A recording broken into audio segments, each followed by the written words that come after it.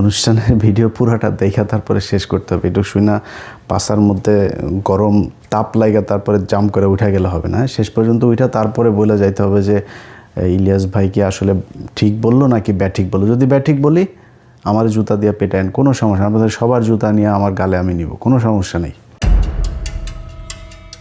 এবার ইলিয়াসের কথা শুনে উঠে চলে গেলেন অপু বিশ্বাস। কি এমন কথা বলেছিল সাংবাদিক ইলিয়াস? অন্যদিকে দেখা যায় শাকিব খানকে এক সাংবাদিক প্রশ্ন করছে, আপনি আর অপু কবে এক হবেন? এই দুটি প্রশ্নের উত্তর খুঁজবো এই ভিডিওতে। আমরা ধারণা করছি যে শাকিব খান অপু বিশ্বাস আবার একসঙ্গে ফিরছেন। যে দেখেন, ফিরবে কথাটা কি? আমি তো ছিলামই, আমি আবার ফিরবো কোত্থেকে? আপনি অপুর যদি একটা ভাষ্য দেখেন না, আপনি সেখানেই দেখবেন, ইন্টারভিউতে দেখবেন, সে বলছে যে হ্যাঁ সে তো দুদিন আগেও এসেছিল, আমার ছেলেকে নিয়ে বাইরে ঘুরে বেরিয়েছে। বুবলির সাথে আমার তেমন কোনো সম্পর্কই নেই। আপনাকে কি শাকিব খান একটু চেতায় না মোটো মোটো বলে? মাঝে মাঝে একটু আসলে বলে। এখন তো আর বলার সুযোগ নেই, শুকিয়ে গেছি। একটা অডিও কল ফাঁস হয়েছে অপু বিশ্বাস দিদি, আমি জানি না এটা আপনার কিনা, আপনি আমাকে একটু কনফার্ম করবেন। সেখানে এমন বলা হচ্ছে যে, যদিও আমি শুনে আসলে আপনার ভক্ত হিসেবে আমারও একটু খারাপ লেগেছে যে আপনি নতুনভাবে সবকিছু শুরু করতে চাচ্ছেন, এবং সারসংক্ষেপটা বলছি, এবং আসলে আর কত, আপনি সেখানে এরকম বলছিলেন যে আর কত, মানুষের তো একটা সোজা সীমা আছে। তো আমার জয় যখন বড় হয়ে যাবে, ও যে আসলে স্বাভাবিক যে বাচ্চারা বড় হয়ে গেলে সব সময় ব্যস্ততার কারণেও হয় কি মাকে ওইভাবে সময় দেওয়া হয় না, বা বাচ্চাটাও বড় হতে হলে আরেকটা ভাই বোন তো প্রয়োজন হয়। তো আমি আর কত সহ্য করবো, আমি এখান থেকে আসলে হাল ছেড়ে দিয়েছি, এরকম একটা সারসংক্ষেপ ছিল। আমি যেটা কথা বলেছিলাম এটা খুব ছোট্ট একটা ক্লিপ ছেড়েছে, পুরোটা উনি দেননি, কিন্তু আমি এটা একটু হার্ড হয়েছি, কারণ এই ভিডিও ক্লিপটা যিনি বা যারা ছেড়েছেন আমি জানি না, এটা আসলে বিশ্বাসের অমর্যাদা করেছে। এটা আসলে যতটুকু আপনি শুনেছেন বা যতটুকু আমার অ্যাডমিন আমাকে জানালেন যে এরকমই একটা কিছু এসেছে, এর আগের অনেক কিছুই আছে সেটা আসলে কেউ জানেনি বা শুনতে যায়নি। তবে হ্যাঁ, আসলেই তো একটা বাচ্চা তো ছোট আছে এখন আমার কাছে, ওর তো একটা জীবন তৈরি হবে, সৃষ্টি হবে। তো ওই জায়গা থেকে আমার যেহেতু মা নেই, বাবা নেই, আমরা এক ভাই তিন বোন, আমার বোনেরা এস্টাবলিশড, তারা দেশের বাইরে থাকেন, তাদের সংসার হয়ে গেছে, বছরও দেখা হয় না ফোনে কল বা ভিডিও কলস ছাড়া। তো সেই জায়গা থেকে আমি বলেছিলাম এরকম একটা কথা যে আমি মারা গেলে আমার লাশটা কে বের করবে। এটা আসলে একটা গল্প ছিল। এটা কিন্তু আমার যে ফিক্সড ইমোশন ছিল তা কিন্তু নয়। একটা গল্প থাকে না যে এখন আমাকে বলা হলো, বা সমৃদ্ধির জীবন কাহিনীও তো আমি দেখেছি। হ্যাঁ, এখন আমিও সেই পরিপ্রেক্ষিতে অনেক কিছু আমিও প্রশ্ন করতে পারি। তো এই গল্পটাকেই আসলে অভিব্যক্তি করেছে।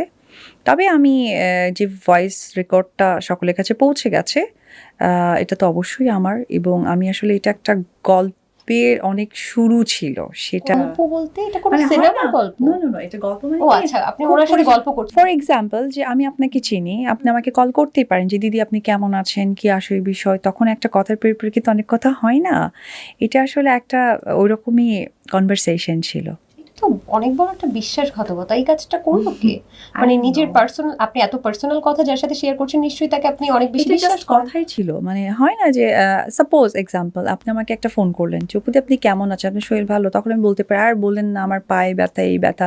এখন পায়ে ব্যথাটা হলো, তখন আমাকে প্রশ্ন করেছে আপনি কি হুন্ডা অ্যাক্সিডেন্ট করেছেন না গাড়ি অ্যাক্সিডেন্ট করেছেন যে আপনার পায়ে ব্যথা, বিষয়টা এটা দাঁড়িয়ে গেছে। আচ্ছা, শাকিব খানের কাছে আপনার প্রত্যাশা কি?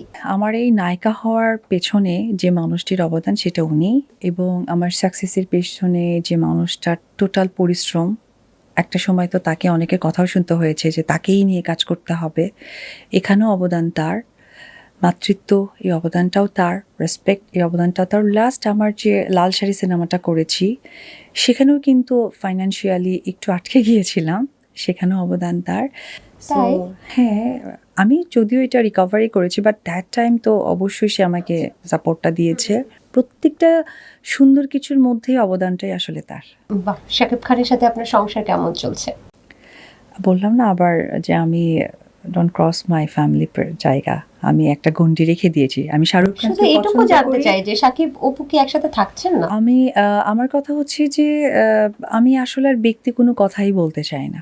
এখন আমাকে এই যে আমি এমন এত সুন্দর করে সেজে এসেছি, এত সুন্দর ড্রেস পরেছি, একজন চিত্রনায়িকা, তাই না? তো এটা যেমন দেখতে স্ক্রিনে খুব ভালো লাগছে, তেমন আমার মনে হয় যে আমার প্রফেশনটাই দর্শকদের কাছে গেলে আমার মনে হয় ভালো লাগাটা দ্বিগুণ হবে। আমরা যে কল রেকর্ডটা শুনেছি, তাহলে ওটা যদি সত্যি হয়, তাহলে কি অপু বিশ্বাস নতুন ভাবে জীবন শুরু করছে? অপু বিশ্বাস কি মুভ অন করছে? অনেক প্রশ্ন কিন্তু চলে আসে। নাকি অপু বিশ্বাস জয়ের কোনো ভাই বোন নিয়ে আসছে? এটাও কিন্তু আমরা শুনেছি। কোনটা সত্য? এই বিষয়গুলো নিয়ে আমার ওইরকম কোনো নাই, মাথা ব্যথাই নেই, বা ওইটা নিয়ে আমি আসলে খুব একটা কথা বাড়াতেও চাই না। আমি নিজেও জানতে চাই না, আমি জানাতেও চাই না। ঠিক আছে, আমরা বাদ দিলাম। তবে আমরা শুনেছি গোপন সূত্রের খবর, গুঞ্জন গুঞ্জন শুনেছি অপু বিশ্বাস নাকি প্রেমে পড়েছে। না, বললাম না, এটা একটা ম্যাচুরিটির ব্যাপার। প্রেম টেমে তো একটা সীমা থাকে। আর আমি বিগত দিনগুলো তো আপনি দেখেছেন যে আমি হয়তো বা ওই রকমই একজন আর্টিস্ট, প্রেম বা এই বিষয়ে খুব একটা আহামরি কিছু ঝামেলা আমার হয়নি। সো আমি অনেক বেশি ম্যাচুরেট। এর মধ্যে আর কখনো প্রেম আসেনি বা ভবিষ্যতেও আসবে না এমন? ভবিষ্যতের বিষয়টা আসলে বলা মুশকিল, কারণ ভবিষ্যৎ আমি আপনি বেঁচে থাকবো কিনা তাই জানি না। যেমন মাইলস্টোনের বিষয়টা, বাচ্চাগুলো তো বাবা মাকে বলেই চলে গেলেন আমি এসে খাবো, আসতে কিন্তু পারিনি। সো এটাকে ভবিষ্যৎ বলা হয়। ওই বিষয় নিয়ে আমি কোনো মন্তব্য নেই। তবে রাইট নাও এইসব বিষয় নিয়ে আমি একদমই না। আচ্ছা, গত বছর একটা স্ট্যাটাস এরকম দেখেছিলাম যে আপনি লিখেছেন, আব্রাহাম না থাকলে আমার যোগ্য বলেই মনে করতাম না তাকে। এটা একটা পত্রিকা ছিল, অনলাইন পোর্টাল। এটা ওরা আসলে ভুল অভিব্যক্তি করেছিল, আমি ওটা বলিনি। আমি যেটা বোঝাতে চেয়েছি এই প্রোগ্রামের মাধ্যমে বলি, আমি বলেছিলাম যে আমি কিছু মানুষকে যেমন স্পেস দিয়ে যাই, কাউকে স্পেস দিয়ে যাই, সেটা শুধুমাত্র আমার ছেলের কথা চিন্তা করে। সেটা অবশ্যই শাকিব খান বা আমার ছেলের বাবা নয়, তাকে আমি অনেক রেসপেক্ট করি। আমি বলছি মানুষকে ওই যোগ্যতার জায়গাটাই দিয়ে যাই, কারণ আমার ছেলে আছে, কারণ আমি চাই না যে বিতর্ক আরও সৃষ্টি হোক। এটা আসলে মানে ওয়ার্ডটাকে নিয়ে অনেক কিছু বানিয়ে ফেলেছে সারমর্ম। মানে আছে, ওটা কলিকাতাও বানিয়েছে, কক্সবাজার বানিয়েছে, কমলাপুরও বানিয়েছে, ওয়ার্ডটা পেয়েছে শুধু অপু বিশ্বাসকে দেখা যায় ঘন ঘন ব্রাইডাল শুট করতে। আচ্ছা, আপনি জীবনে কতবার ব্রাইডাল হয়েছে? এটাও খুব সুন্দর একটা কথা। আসলে আমার পার্লার শুট অনেক করা হয়, আমি জানি না, অনেক হবে, অসংখ্য হবে। এমন কোন কালার আছে যে এখনো পরেন নাই? না, শাড়ি, লেহেঙ্গা, তারপর হচ্ছে হিন্দু ব্রাইড, মুসলিম ব্রাইড, কি বাকি আছে আমাকে বলুন। এঙ্গেজমেন্টের শুট হোয়াইট কালার পরা হয়, অনেক করেছি আসলে। আনুমানিক 3000? ওইভাবে গুনে দেখিনি আপু, তবে অনেক করা হয়েছে। বাচ্চা সামনে আরো বেশ কিছু ব্রাইডাল শুট আছে।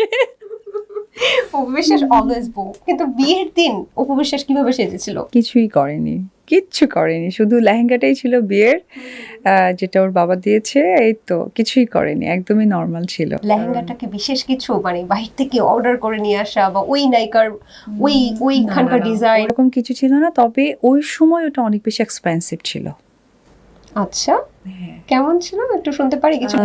2 লাখ প্লাস ছিল। হ্যাঁ হ্যাঁ, তো অনেক বেশি। কত সালে এটা? 2008। প্রচুর বেশি। এটাকে ইন্ডিয়া থেকে আনানো হয়েছিল? না, আমাদের বাংলাদেশি একটা ব্র্যান্ড ছিলেন নামি দামি, সেখান থেকে পারচেজ। সাজটা সাজেই তো নি, শুধু লেহেঙ্গা পরে বিয়ে হয়ে গেল? লেহেঙ্গা পরেছিলাম, একটা ডায়মন্ডের সেট ছিল গলায়, ব্যাস। সেই মানে এই যে দুধের স্বাদ ঘোলে মেটায় না, সেই ঘোলটা কি এখন এত জায়গা? প্রতিদিন। এবং রিসেন্টলি একটা স্ট্যাটাস কিন্তু খুব ভাইরাল হয়েছে আপনার, মেবি এটা একটা রিলস, বাট এত সুন্দরভাবে আপনি আসলে নিজেকে প্রেজেন্ট করেছেন একটা গানের সাথে, এটাও কিন্তু অনেক দর্শক পছন্দ করেছে। এটার পেছনের কারণটা কি, মানে কি? না না, আসলে শিল্পীদের দেওয়া আর মুড এক জিনিসটা আমি মনে করি এক নয়, কারণ এখানেও একটা অভিনয় থাকে। এটা আসলে আপনি খেয়াল করবেন, এই কথাগুলো সোশ্যাল মিডিয়াতে বেশি হয় যে রিলস হিট হয়ে যাওয়া বা ট্রেন্ডিং, এইরকমই কিছু একটা। ট্রেন্ডিংয়ের বাহিরে ছাড়া, আমি বললাম না যে আমি ব্যক্তিগণটি আর আনতে চাই না, এগুলো ট্রেন্ডিংয়ে আপনি টাইপ অফ ট্রেন্ডিং ধরতে পারেন। বিয়ের সময় তো এটা তো কোর্ট ম্যারেজ ছিল নাকি? বাসায় ম্যারেজ। বাসায় ম্যারেজ, তার মানে হচ্ছে মুসলিম রীতিতেই তো হয়েছে। ওই সময় কোনো মজার ঘটনা হয়েছে কবুল বলার সময়? বিয়েটাই বুঝতে পারিনি, অনেক ছোট বয়সে করেছি তো ওইভাবে বুঝে উঠতে পারিনি। আমার কাছে মনে হয়েছিল যে মার একটা বাধা আসতো সবসময়, সেই বাধা অতিক্রম করার জন্য নাকি বিয়ে করা উচিত, তাহলে আর মার বাধাটা আসবে না। তো সবসময় ফোকাস হয়েছে যে মার বাধাটা কি করে